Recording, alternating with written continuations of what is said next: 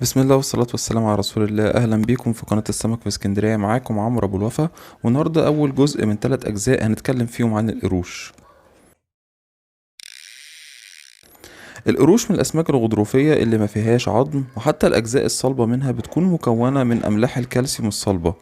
بالنسبة للقروش الأسنان استهلاكية، بمعنى إن أسنانها بتقع ويطلع مكانها أسنان جديدة باستمرار.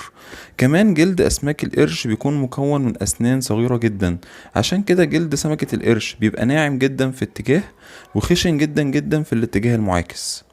كل سمكة قرش عندها على الأقل 5 فتحات خياشيم في كل جنب، وممكن في بعض أنواع القروش يوصل عددهم ل7 فتحات.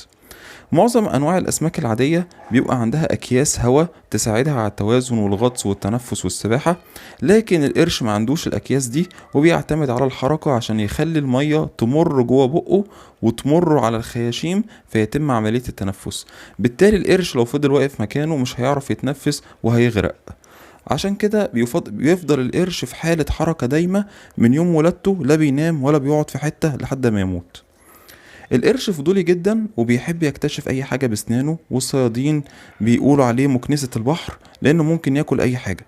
وفي نفس الوقت هو ذكي جدا جدا، لانه بيقطم قطمة من الفريسة، ومن خلال القطمة دي يقدر يحدد بسرعة مذهلة حجم الدهون والطاقة الغذائية اللي هيستفيد بيها من الفريسة دي، ويحسبها في لحظة إذا كانت الفريسة دي تستحق التعب ولا بلاش.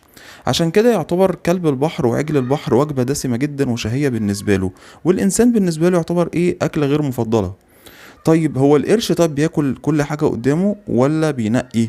والله على حسب نوع القرش نفسه، حسب هو جعان ولا لأ، حسب الغذاء متوفر ولا لأ. كل الحاجات دي بتبقى زي ما تكون بالنسبة للقرش عرض وطلب. بالنسبة بقى للقرش اللي معانا اللي عمالين نمرمط فيه من الصبح ده، هنتفق الأول على التسميات.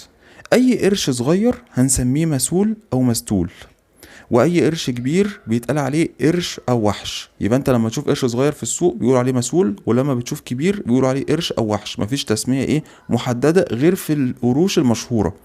ازاي؟ في قروش مشهورة بيبقى ليها اسم محدد بيها، زي القرش الأبيض الحر والقرش القصاص. بالنسبة للقرش اللي معانا صغير جدا، فطبعا هيبقى اسمه مسؤول زي ما قلنا. والحقيقة ان القرش الصغير ده لقوه جوه بطن امه بعد ما عملية الصيد ما تمت. طب ازاي كده؟ الحقيقة ان النوع ده من القروش اسمه القرش الكلبي، وهو بيبيض ويحتفظ بالبيض لحد ما البيض يفقس، وبعد ما البيض ما يفقس يفضل داخل الأنثى، تفضل محتفظة بيه لحد ميعاد الولادة، زي ما شرحنا الموضوع ده قبل كده في المحتوى بتاع المحرات بقرة.